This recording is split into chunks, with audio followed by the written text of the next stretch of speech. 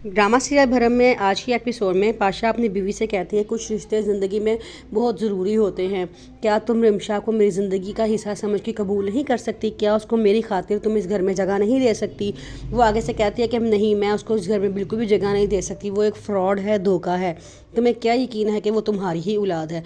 वो कहता है कि मुझे पूरी तरह जमाल साहब की बात पर यकीन है। जमाल साहब ने मुझे कहा था कि वो मेरी बेटी है, तो इसका मतलब है कि वो वाकई ही मेरी बेटी है। रमशा अपनी मामा से मिलने उनके घर आती है और उन्हें आके कहती है कि ये तो शुक्र है कि मेरी किस्मत बदल गई है, वरना मैं भी छोटी मोटी नौकरी करके सजल की तरह अपनी किस्मत को रो रही होती और इधर बैठी फाकों गुजार रही होती।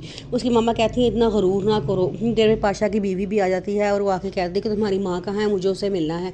तो वो कहती उसका अंदर से उसकी मामा आती है तो वो उसे कहती हैं कि पाशा की सिर्फ एक ही बेटी है, अलीज़े। रमशा उसकी बेटी औलाद नहीं है, उसको तुम अपने घर में वापस रखो और तुम्हें इसके बदले जितने पैसे चाहिए मैं तुम्हें देने के लिए तैयार हूँ, लेकिन तुम अब रमशा को वापस उस घर में नहीं भेजोगी। लेकिन उसकी मामा कहती है कि ठीक है। जब वो वापस चली जाती है तो उसकी मामा रमशा से कहती हैं कि मैं अभी पाशा को फ़ोन करती हूँ, उसको सारी सच्चाई बताती हूँ, उसको बताती हूँ कि रमशा उसकी बेटी नहीं, सज्जल उसकी बेटी है। आगे से वो कहती है कि मामा हरगिज़ नहीं, आप बिल्कुल भी ऐसा नहीं करेंगी।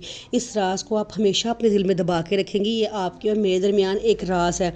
आप वादा करेंगे आप आज तक आप कभी भी किसी को नहीं बताएंगी कि सज्जल पाशा की बेटी है, मैं नहीं हूँ। ये बातें कर रही होती है, सजल बाहर खड़ी सारी बातें सुन लेती है।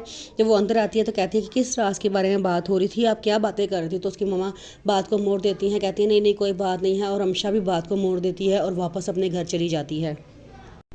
सजल की मामा उसे कहती है मैं बड़ा परेशान हूँ, जिस तरह पाशा की बीवी यहाँ बोल के गई है उसी तरह वो घर में रमशा के साथ पता नहीं किस तरह का सलूक करती होगी। मैं बड़ा परेशान हूँ, मेरी बेटी वहाँ पे पता नहीं किस तरह के हालात से गुजर रही होगी। सजल उनको हौसला देती है, कहती है कि आप फिक्र ना करें, अगर आप उसकी माँ है ना तो वहाँ पर उसका बाप मौजूद है, वो खुद ही अपनी बेटी का ख्याल करेगा, आप ज़्यादा टेंशन ना लें।